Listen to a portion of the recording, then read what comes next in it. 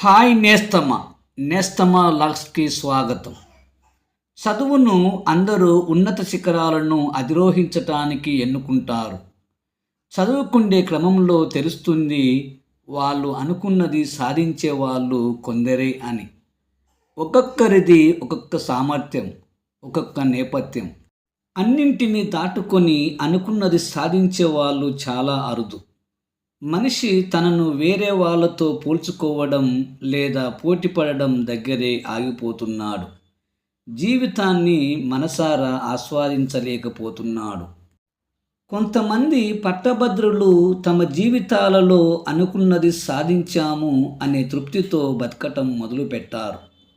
మొదట్లో అంతా బాగానే ఉన్నా రాను రాను వారి జీవితాలలో ఏదో వెలితిని గమనించసాగారు. అయితే వాళ్ళందరూ వాళ్లకు చిన్నతనంలో చదువు చెప్పిన ఒక గురువును కలవడానికి వెళ్ళారు. వాళ్ళ గురువు వాళ్ళను పలకరించిన తరువాత అందరూ కూర్చోండి, మంచి కాఫీ తాగుకుంటూ ముచ్చట్లు చెప్పుకుందాం అన్నారు. వాళ్ళు మాట్లాడుతున్న క్రమంలో అందరూ వాళ్ళ యొక్క ఉద్యోగాలలో ఉన్న ఇబ్బందులను, ఒత్తిడిని పంచుకోవడం మొదలుపెట్టారు.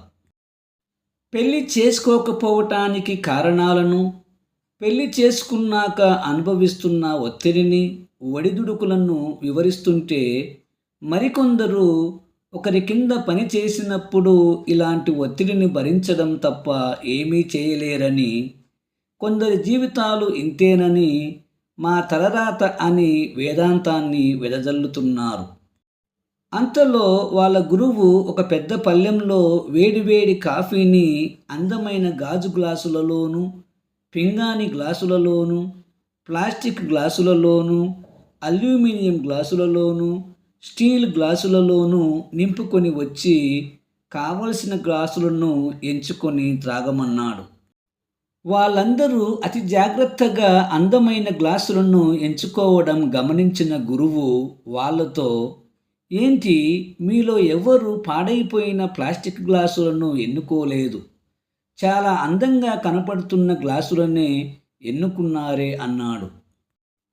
ఈ గ్లాసుల దగ్గర మీరు చూపించిన బుద్ధిని మీ వృత్తిని ఎన్నుకునే క్రమంలో కూడా చూపించారు.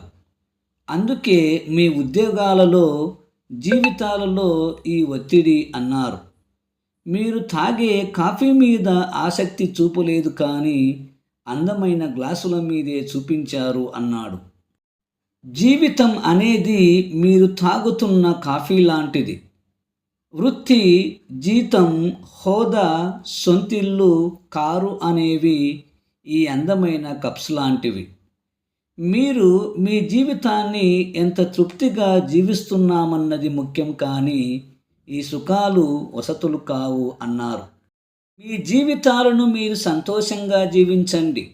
పోలికను, పోటీని మీ జీవితంలోకి ఆహ్వానించకండి.